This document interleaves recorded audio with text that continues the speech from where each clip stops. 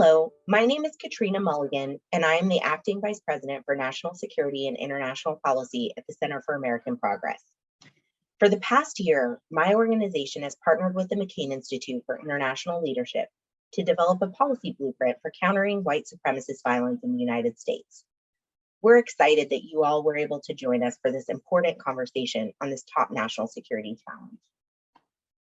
While white supremacy has been a consistent threat throughout our history, it is especially dire today. In October 2020, the Department of Homeland Security identified domestic violent extremism as a priority threat, noting that white supremacist extremists have become exceptionally lethal in their attacks.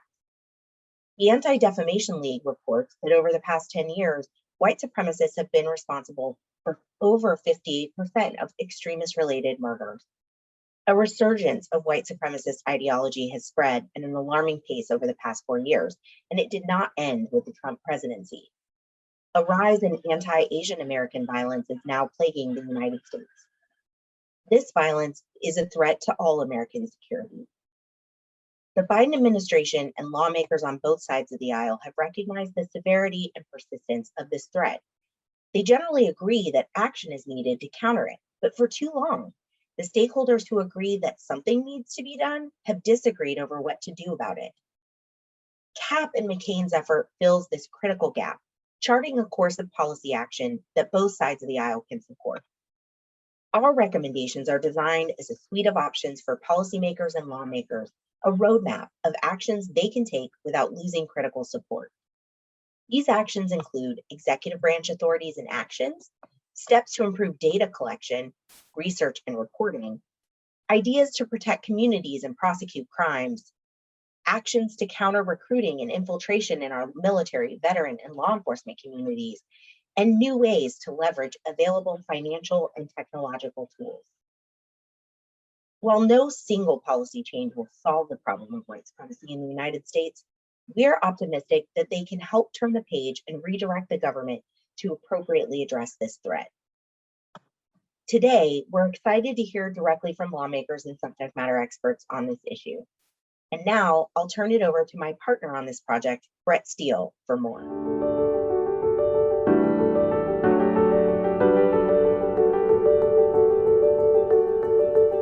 Hello, my name is Brette Steele, and I serve as the Senior Director of Preventing Targeted Violence at the McCain Institute for International Leadership.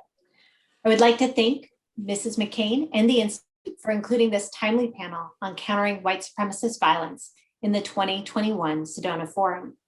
The McCain Institute and the Center for American Progress have spent the last year collaborating with over 150 stakeholders across 10 different sectors to build a comprehensive policy blueprint on this topic. Today, we have the opportunity to hear directly from lawmakers and subject matter experts about what measures they would propose to address domestic violent extremism in the wake of recent attacks on the Capitol. Our panelists today include Senator Dick Durbin, Congresswoman Elissa Slotkin, and Ms. Elizabeth Newman. So we're going to kick it off today with just a baselining question. What current trends in domestic violent extremism do you find most concerning? And Representative Slotkin, I thought you might be able to kick off here. Sure, and thanks for having me. Thanks for having all of us. It's great to be here. I wish we were in person, but hopefully next year. I think the trends that I'm most worried about are just this growing divide between sort of the normalization of violence, of incitement of violence, of threatening violence online, in forums, sometimes even in person. It's become very normal for people to threaten each other in a way that frankly is not about their free speech. It's beyond, it's where their free speech ends. It's in some ways become very normal, but then for the truly organized, militia types and extremist groups types, they've been driven further underground. It's actually harder to see them than it was even a few months ago. And so you have this flattening out and broadening out of the threatening of violence, while at the same time, the hardcore people that you'd like to go after with law enforcement are just harder to get your hands on. So those two trends and the way that they're going are sort of bother me the most about current operations right now. Ms. Newman, Senator Durbin, what concerns do you find most? What trends Well, concerning? I take a look at it, and first I've been puzzled, and I've tried to study the question, when did white supremacy emerge in America? And you have to say, it's been here a long time. It was built into the institution of slavery. It was built into a constitution that considered African Americans 3/5 of a citizen for calculating census data. It was built into the tolerance of slavery until the Civil War. But then after the war, when Reconstruction began and the enslavement of African Americans officially, publicly, legally came to an end, then we started seeing manifestations of white supremacy really in a more organized and visible fashion. If you read the biography of General Grant, which most everyone has, it's a wonderful book. He talks in 1868, he is the head of the military under President Johnson. He is fighting the Ku Klux Klan in the South, 1868. Then you'll see this emerging over the following decade. And then again, around 1917, 18, 19, here comes the Klan again.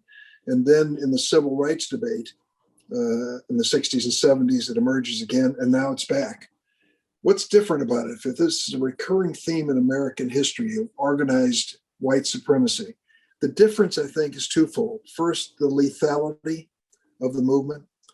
It is no longer a movement that is governed by torches and one rope and one tree. It is now governed by people who have armaments at their disposal in magnitude we never dreamed of before, and the possibility of mass assault and killing. And secondly, connectivity. They can identify every miscreant in every corner of the United States on the internet on a regular daily basis and communicate with them. And that, when you see the people who were arrested for January 6th and look at the disparate locations they all came from to gather in the Capitol, that connectivity creates an even greater threat for law enforcement. Ms. Newman, is there anything you want to add here? Yeah, I definitely associate myself with both of their comments. I'd add that kind of picking up on the thread that Representative Slotkin had about the normalization, there definitely has been a mainstreaming of fringe ideas, things that 10 years ago were not appropriate to talk about in polite society have increasingly become the norm, and that mainstreaming effect is radicalizing people that probably don't realize that they're radicalized, but radicalizing people that never in a million years would be seeking out to be radicalized. And that kind of, we see in a snapshot in January 6th, when the demographics of the people that were there, those that have been indicted thus far, what we can see is a sketch of a profile of a domestic terrorist that's very, very different than what we've seen over the last few decades. They tend to be older, they tend to be better employed or more employed, and they very clearly were motivated not in an affiliation with a particular ideology. They were the preponderance of the people that were there on January 6th were what we would consider unaffiliated. So that's rather concerning, because that means we have both the affiliated groups that we need to worry about, as well as a new class of people who are willing to use violence to achieve their political aims, which by definition is terrorism. So it's a challenging moment in that the type of person that is attracted to this effort, they look different, they act different. And then you add to it the fact that we're in a pandemic, that I think that we're probably not able to fully appreciate how much those factors are driving vulnerability in people that might become more susceptible to recruitment to a group or just a radical ideology. So the current environment in particular this year is very fraught with the potential for more violence, unfortunately.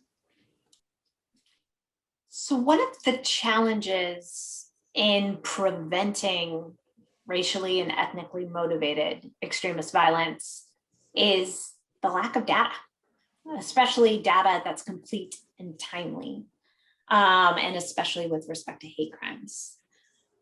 what can the federal government do to improve reporting and information sharing regarding hate crimes and domestic terrorism? And Senator Durbin, I'm going to turn straight to you. This is something you've been working at for quite some time.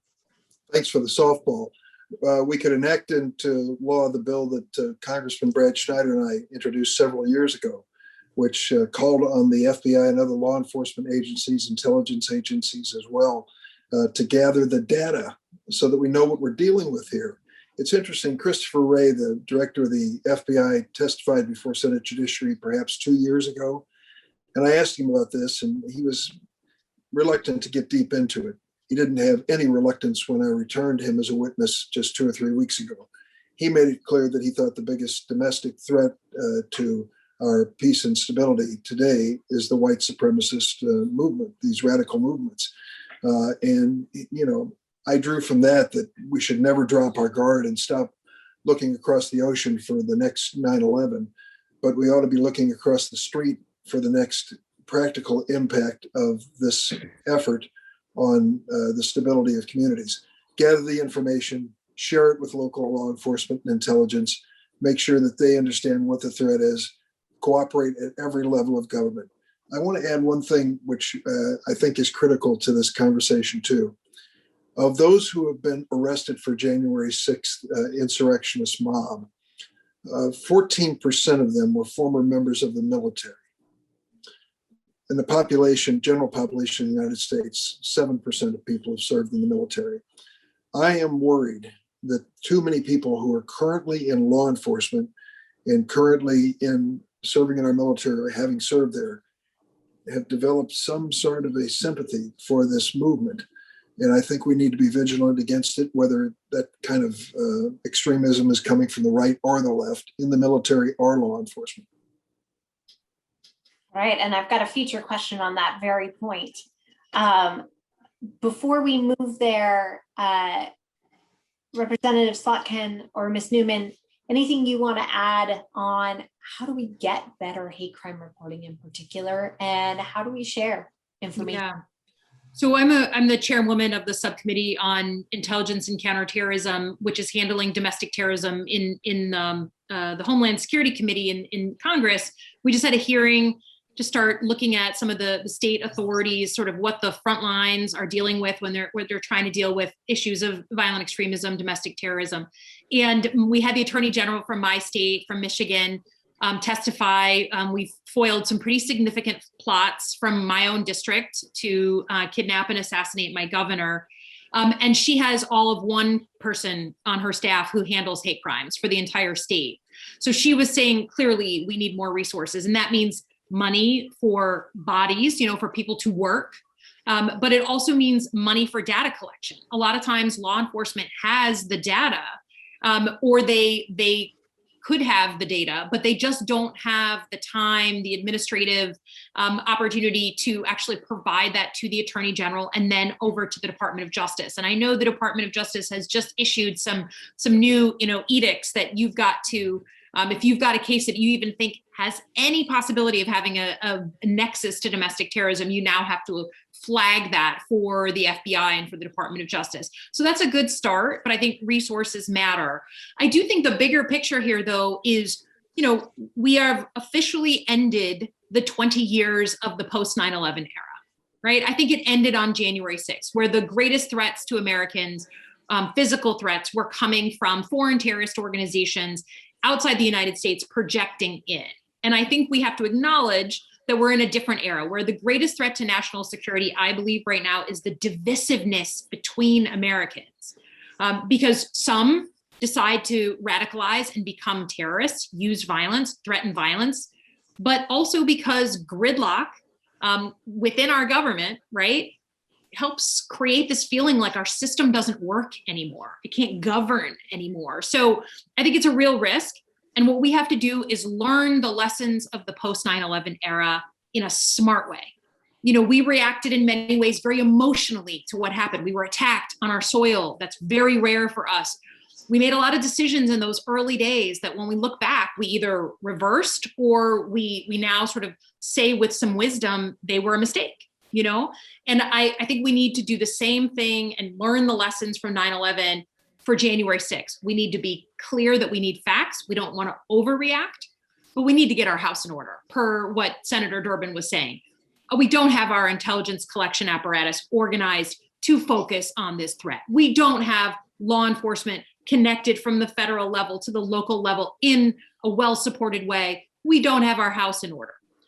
So it's time. It's time to do that. Just do it with the lessons, both good and bad, that we learned in the post-9/11 era. And I wholeheartedly agree with that. I think one of the frustrating things being inside the government and realizing we were trying to do as much as we could, and there were internal things in the executive branch that made it harder for us to do a little bit more, but there wasn't that much more we could do.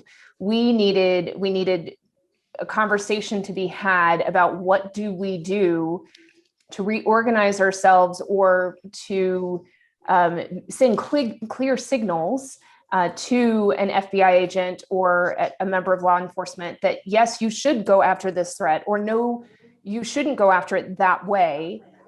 Because very often when you're on the executive branch side, you get brought to the committees that the senator and the representative chair, and one member can berate you for not doing enough, while another member will berate you for going too far. And so you almost need the consensus of the people that, by the way, that's where we're supposed to be getting our marching orders from. Like, what is the consensus that we should go after this threat in this way? And I think you rightly see post January 6th a healthy debate around learning the lessons from the last 20 years. There were mistakes made, and there are communities that bore those mistakes more heavily than others who are expressing really significant concerns that if you give the government more power, it's just going to come back and hurt those communities all over again. At the same time, the answer can't be, well, we're just going to keep the status quo, because the status quo is more people are getting killed, and law enforcement is already telling you they don't have the tools to stop it. So, I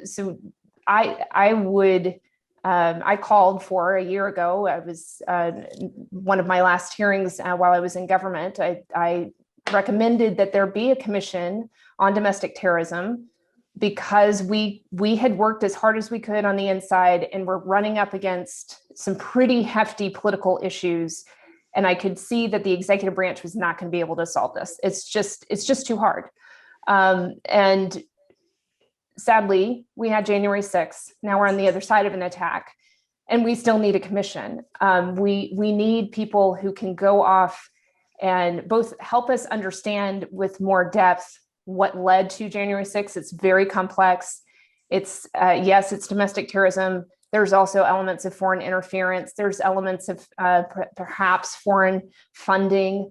It's extremely complex, disinformation, all that stuff. So yes, help us understand what happened, but also help recognize what are the right changes that need to happen to be able to combat this threat effectively. And critically, are there certain changes that a commission would say, hey, you could do this, but we don't recommend it because it would stifle our liberties, or it would change the character of our country. So we're choosing as a people to maintain this risk. Like we're going to own the fact that we are at risk of this type of attack, that law enforcement can't stop everything.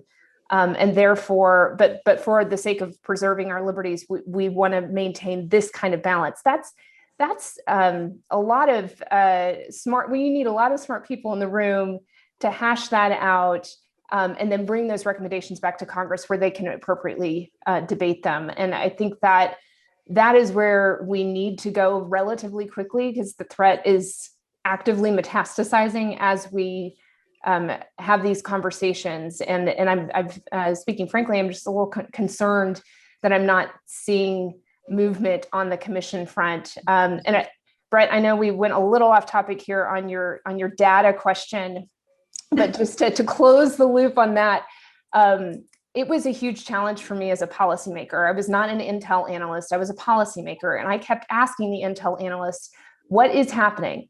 I can see, I can feel as being in the terrorism world for 20 years, I can feel something's changing. What's the data show? And they couldn't answer that question. When I left government, I had more time to go talk to outside experts. And I found that they had tremendous resources that the federal government was not taking advantage of. And that might be part of, at least in the short term, the solution is to empower and encourage intel analysts and the policy community to better take advantage of some of those private sector resources. But there is no replacement for, we should be doing a better job of tracking the data of what's happening within our country as it pertains to hate crimes and other domestic terrorist acts. It is helpful to have data before September of the following year, for example. So both Ms. Newman and Representative Slotkin started going in the direction that I wanted to go next, which is we recognize executive branch could be better organized against this threat. And as Representative Slotkin said, kind of get our house in order for this threat. What executive branch reforms would you recommend to best position the government to prioritize this threat? Senator, do you want to start? I can start if you wish. My colleagues, Senators Duckworth and Hirono, after the violence against Asian Americans so pronounced over the last several weeks, have introduced legislation to call for at least one person within the administration, either DHS, Department of Justice, or both, to have a special responsibility when it comes to hate crimes and the extremism that really is spawned by it. I think that that's reasonable and perhaps a thoughtful observation. I think of the fact that what we characterize as white supremacy used to be 99% racial.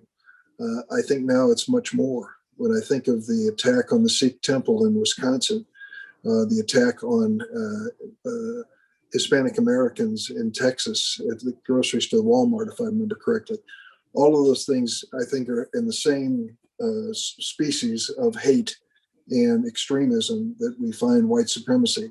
We shouldn't try to parse this out so finely that we are separating out religious hatred, ethnic hatred, cultural hatred, and racial hatred. It's interchangeable. These haters aren't very discriminating in the people they hate. There are a lot of folks.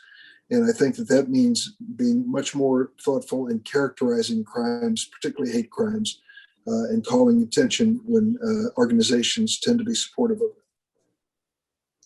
Yeah, and I will just add, I think that structurally, I again, was a total product of the post 9/11 era, right? I was in grad school in New York City when the towers were hit, completely changed my life. I got into national security, was recruited by CIA, and a year later was at Langley.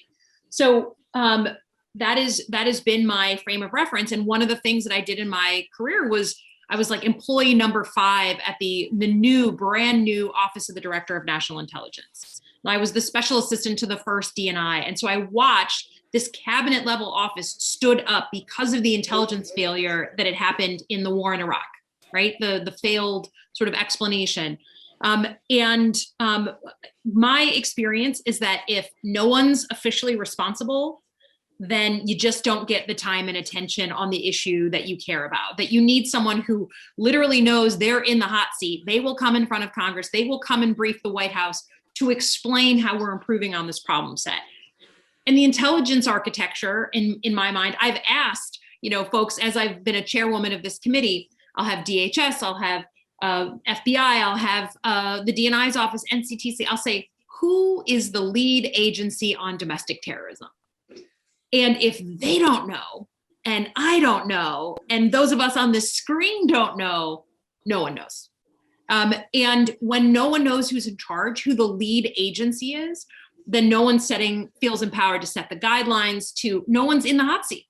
So I'm a big hot seat promoter. I think at the DNI's office, we should have a deputy DNI whose responsibility includes domestic terrorism, because it is a different thing. It's not foreign terrorist organizations. There are legitimate, complicated issues around civil rights and civil liberties. But then let's give someone that responsibility to parse through that. That is very important. We need serious high-level guidance from the FBI and the Department of Justice down to those in all 50 states on what we expect to see, what we want our U.S. attorneys to be focusing on, what we want the FBI to be focusing on, to make sure everybody has clear guidance. And then, frankly, we need to have the conversation about this issue with the public. Like, we're just done with the days where national security people can have conversations among themselves in the Beltway and not bring along the American public. And that's why we try to do it in committees, but that's why a 9/11 style commission for January 6th is so important and so frustrating that we can't actually get it done. We need to understand as a country where this came from, how it happened, and how to clean up the mess. And until we do that, the public isn't going to come along in that conversation. And Ms. Newman, that's a perfect opening for you, because I know. Amen. Yeah. So all about would love for there to be a commission. A couple of other things I'd love to see: the Office of Targeted Violence and Terrorism Prevention, which is at DHS. It's in my old office. I'd love to see that authorized. I understand that the Biden administration is conducting their review, and that may be some tweaks here or there, but I think in the evolution of what we have been working through over now 15 years of a concept of countering violent extremism, there were mistakes made, there have been lessons learned. We had Rand Corporation do a massive study for us to try to figure out what is the best path forward for what we now call prevention. But it's the basic idea that we need to move earlier in the process to try to off-ramp people before they cross a criminal threshold and become a law enforcement challenge. Keep in mind that when we started the conversations in counterterrorism circles about countering violent extremism, it was largely being viewed through the lens of foreign terrorism. Now that the problem is domestic terrorism, it becomes all the more important that we seek out ways to prevent well earlier in the process before somebody radicalizes or mobilizes to violence, especially in the moment that we're in, where we have, sadly, just a lot of people that are either vulnerable or in some sort of pathway to radicalizing. And you cannot use law enforcement to intervene in most cases, unless somebody's crossed a criminal threshold. First Amendment, Fourth Amendment protections make it very difficult for this to be law enforcement's job. What we found through lots of studies and social studies and academics, that there are a number of things that we as a society can do to help vulnerable individuals build up resilience factors, and to help people that are radicalized potentially off-ramp. There are things that we can do to educate bystanders who might notice a change in their family member or a change in a colleague and flag it in a safe way where you're not, calling 911 and telling a law enforcement person, but you're seeking and getting help for somebody before they've crossed that criminal threshold. We need more of this. Law enforcement, when I was there 3 years ago, meeting with U.S. attorneys, they were telling us we're overwhelmed with individuals that somebody is concerned about, but we can't do anything because they haven't crossed a line. But we are concerned too that they may someday. So they were looking for help. DOJ recognized this is not our space. Like, we are associated with the badges and the guns and disrupting plots. And, we don't need to be the lead when it comes to prevention. And that's where DHS came in to try to build out this capability in partnership with state and local governments, in partnership with Health and Human Services, and other parts of really the civil society and social services. So we worked with Congress to kind of update this concept of prevention. We put it into a document 2 years ago. Congress funded us, one of the rare bright spots in the Trump administration, if you will, but we kind of tried to keep it below the radar so we could move forward. And here we are 2 years later, and the office has $20 million in grant funds. They have funding to put people in the field. And I would love to see that accelerated. They, I believe, have around $16.5 million for their office right now, which means that they should be able to put quite a few people in the field this year. I'm a little concerned I'm not seeing a lot of movement on that front. I'm sure it's in part because of the transition.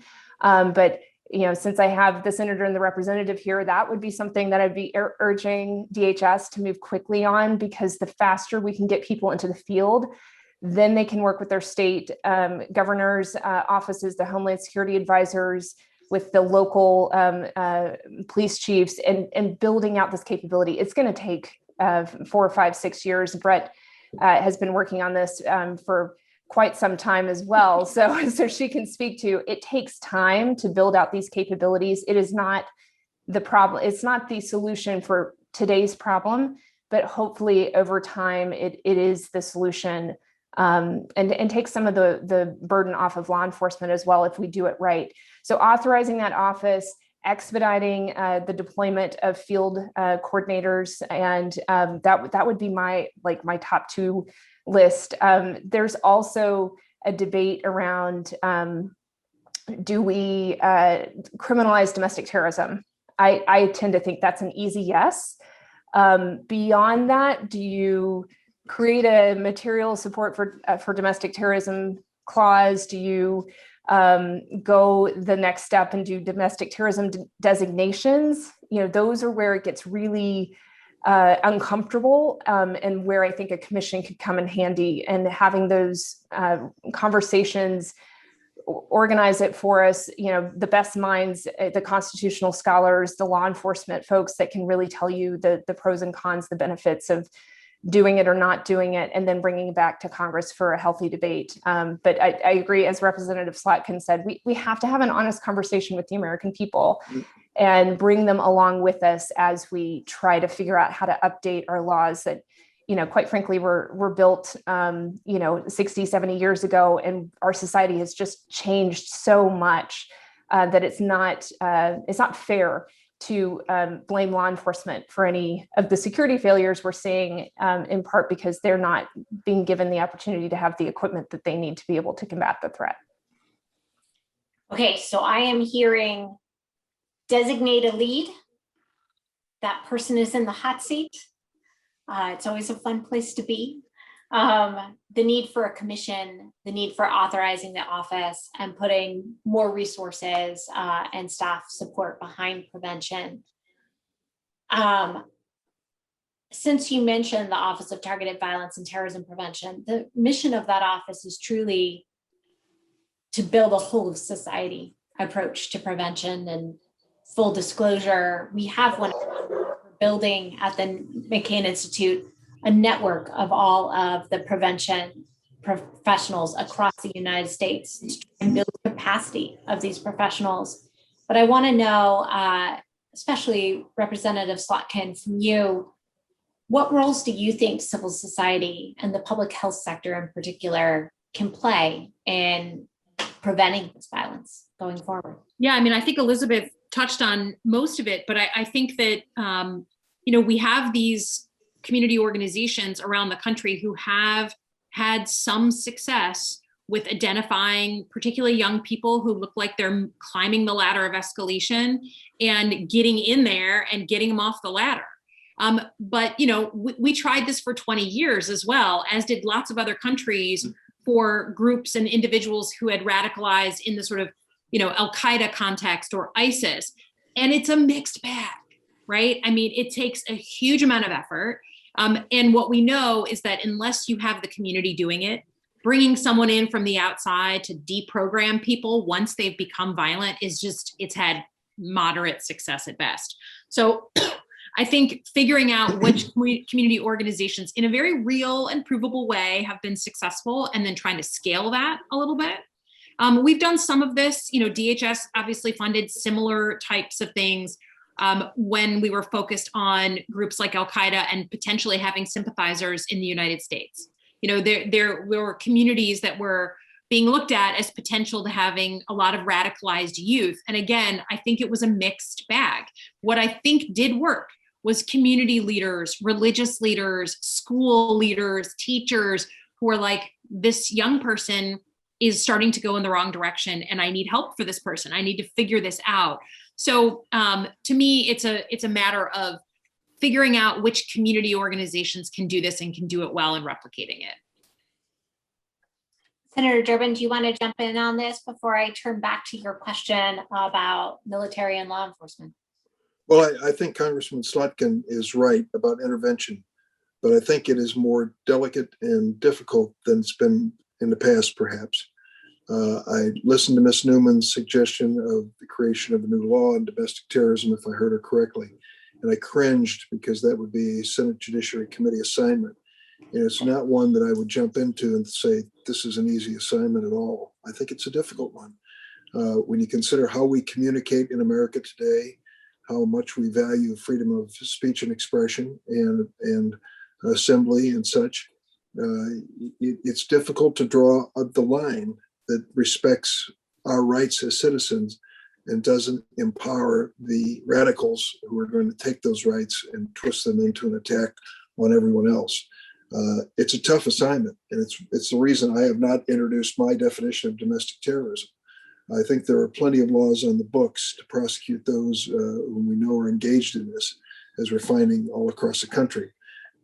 Secondly, when it comes to changing someone's mindset and counseling them, trying to find some ways to intervene, I'm all for it. Sign me up. But sadly, as I mentioned earlier, the lethality of these individuals today gives us precious little time before they're off the Facebook, off whatever their source is of social media, and marching around in the woods acting like they're soldiers of fortune. And a lot of it happened in Slotkin state. It's happened in other places too. But I can picture they're marching in the woods acting like they're some sort of militiamen in the past. I just worry that the lethality of the Second Amendment, now widespread and broadcast, makes this much more of a challenge. Well, and I can say from our process of engaging with 150 stakeholders over the last year, that was the one thing that we couldn't, it really inhibited our ability to get consensus in terms of policy recommendations from stakeholders. The idea of a domestic terrorism statute, it shut down the discussion. So some partners would leave the table and not be willing to join the discussion if that was on the table. Well, it goes back to Justice Brennan. I think it was, perhaps it was another justice who talked about obscenity. And you know it when you see it. You know terrorism when you see it, but when you sit down and try to define it, all of a sudden, like you said, everybody's up in arms saying, wait a minute, that goes too far. That doesn't go far enough. And I would say this issue is coming to a theater near us sooner than we think. Yes, the debate is there about whether to have or not have a domestic terrorism law. But as someone who's from a border state, I've been on the phone all morning with folks in the administration trying to figure out what the heck happens with the US-Canada border now that the Canadians have designated the Proud Boys and the base as terrorist organizations. We have very active borders. We're constantly sharing information on foreign terrorist organizations. That's a ensconced process with our English-speaking cousins to the north. But what are our obligations when the organization has been designated by the Canadians, but not us? What are our obligations if they participated in January 6th as a member of one of those organizations and they want to cross the border to go to a concert, which we do all the time here? There are some very real and present policy conundrums. And I don't think anyone in the administration I give them credit. They're starting to think about it, but this is a new territory for us. Groups that are present and based in the United States that have been designated foreign terrorist organizations by our closest allies. So whether we want to decide and give Senator Durbin all kinds of new work with the domestic terrorism law or not, this issue is kind of right now a bone in the throat. And the minute those borders open after COVID, it's upon us. And I'll just add to it because Representative, I think you know this, the challenge in those relationships, we are very heavily reliant on them for our layered security approach to keeping the country safe. And so it's not like we get to say, it's my way or the highway. It is a partnership with usually the Five Eyes are the biggest, and Canada is one of them. So when they start looking at us, and they started telling us this like 2-3 years ago, hey, you guys are the exporters now. Mm-hmm. And that's a problem, and you need to figure out how to stop it. And we get it. We get that we are, especially with the internet, you don't even have to travel to the United States to get trained. But we certainly are the biggest exporter of content that can radicalize people. And certainly with our gun culture here, it is often glorified by people who are wanting to commit an act of violence. And so that it creates tension in other parts of the counterterrorism relationship when we can't seem to come up with what they would perceive to be a fair answer. And just, for 20 years, we've been telling the rest of the world, like, you got to do this because this is what's going to keep us all safe. And now the thing that is threatening a good part of us and our allies, we are so far have not demonstrated a willingness to be serious about addressing the threat in quite the same way we were in the past. Now, I think the Biden administration is going to change that, but it creates tension in those partnerships when they don't see parity and equity in the way that we deal with threats. All right.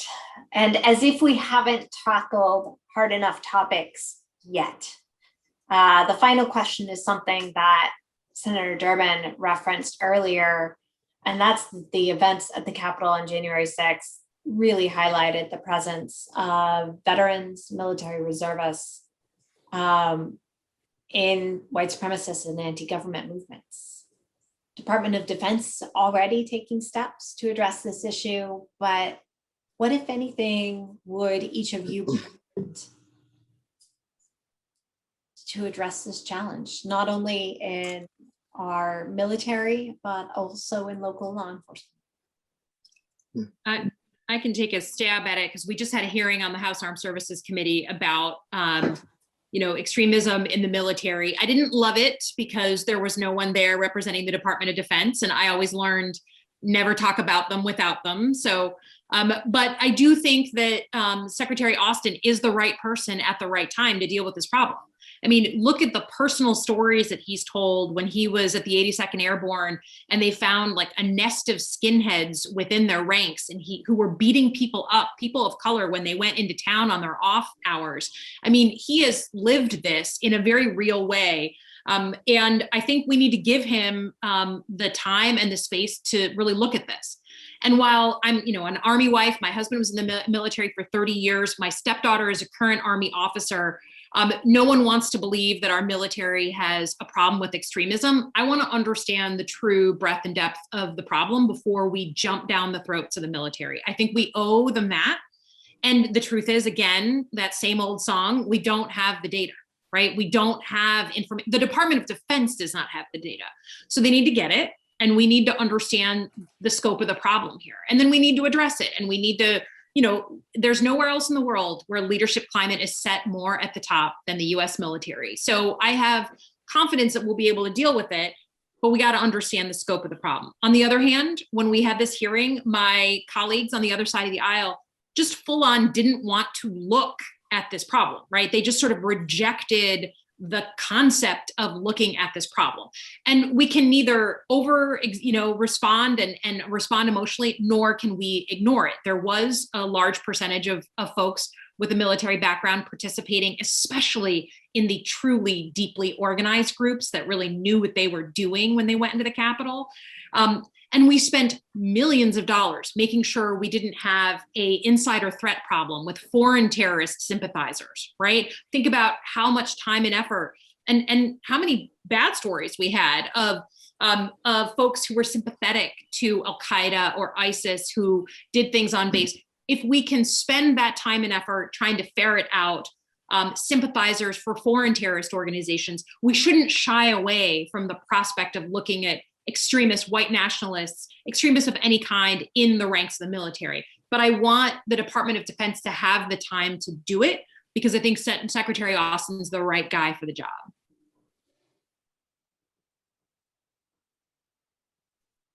Senator, do you want to jump in on this? You Well, mentioned first I'll confess bias here. I think that anything that happened in my lifetime is fresh and contemporary and modern.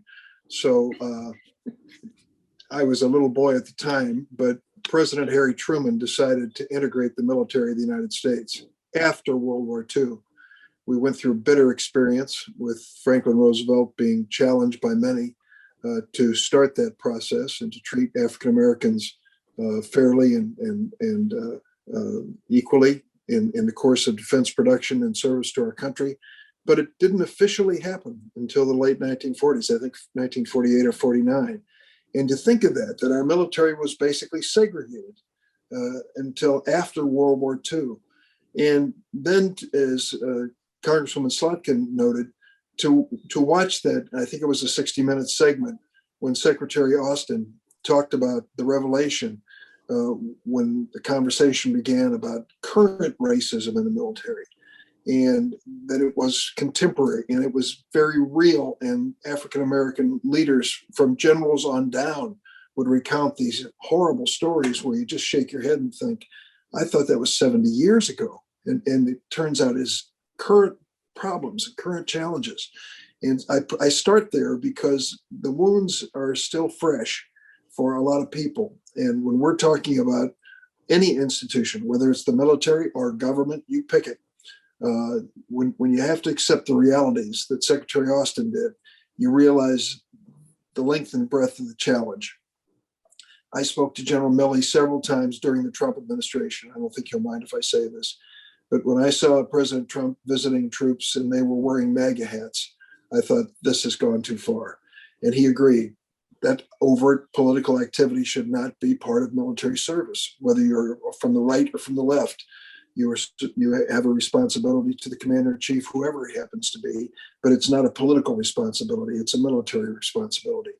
And as we look at the military today, I think we have to be very honest about it and do our best to sort out within the military any indications that people will be biased in their judgment by political belief. And then let me add quickly, that is a relatively easy part compared to law enforcement. Consider how many people across the United States are hiring new cops today, in every corner of the United States, empowering them with a badge and a gun and a responsibility to keep the peace. And thank goodness most of them do and risk their lives every day, thank goodness, for us to do it. But in their ranks, we now know from January 6th, the participants, as well as from life experience, are people who are biased one way or the other, whether it's race or religion or whatever it might be. And we have to do our level best at every single level of government to weed out from those ranks anyone whose bias or prejudice is going to influence their activity in an official capacity. They have the power of life and death to protect us. They have the power of life and death to abuse others. And we've got to make sure we draw those lines carefully. Not an easy assignment, but it's an honest assignment. We know we have to do it. So what I'm hearing from both of you in part is really understanding the breadth and depth of the problem, being honest with ourselves, recognizing not everyone. This certainly isn't intended to paint too broad a brush, but recognizing the breadth and depth of the challenges so that we can scale our approaches appropriately. And to Representative Slotkin's point, give the military time to really develop thoughtful responses here. We know they are taking on this challenge directly right now. Ms. Newman, is there anything you want to add on this point before we close? I agree with everything that's been said. I would just add on that I hope that they take a look at some of the work we've done in the prevention space and see how it might be able to be adapted for the military community in particular. I agree, law enforcement is a bigger challenge. It's not a top-down, command and control structure. It's 18,000 law enforcement agencies across the country, and that's it really is a state and a locally driven solution. Maybe DOJ can help with it. But in the military community in particular, I think some simple things, in addition to just basic educational training, a lot of people can get recruited and they don't even realize what they're being recruited into, especially the anti-government militia types. They often recruit using tactics that imply that you're coming to help your neighborhood, you're coming to protect your community. There's misinformation out there about the idea that militia are protected by the Second Amendment. They're not. So educating members of the military about what is legal and illegal, as well as creating what we would call bystander training for both members of the military and their families, especially as part of their departure requirements. This would be something to maybe also give the VA, just to, what we find is that members of the military tend to go and hang out with former military. It's a community. It's especially for those that were in for 20 plus years, like this is their family. So if you can equip that family with the knowledge of this is what it looks like when somebody's not doing well, and they already do this for suicide prevention and mental health purposes, but maybe adding in some of the training that we now have from all of the work that's been done by FBI's Behavioral Analysis Unit or Secret Services National Targeting INTAC, whatever that stands for, with INTAC. An assessment center. Thank you. We now know what are common activities, common life stressors that might be the trigger that causes somebody to then start to plan an attack. If we can equip their community with this information, they're going to be better able to identify it and maybe get that person help beforehand. But as Representative Slotkin said, what we have learned after 15 years of trying various forms of countering violent extremism, it has to come from the community. So it's not about swooping somebody in from the outside. It's very much about equipping the community to be able to help themselves. But there are some organizational things that they can do from the Pentagon, so to speak, that would then allow the community to be better prepared, as well as build resilience factors within their community. All right. Well, we are sadly out of time, but I want to thank all of you for a very thoughtful and considered discussion about a difficult topic and a very timely topic. So thank you so much for participating in the Sedona Forum this year. On behalf of Mrs. McCain and the McCain Institute, we appreciate you. Thanks so much. Thank you. Thank you.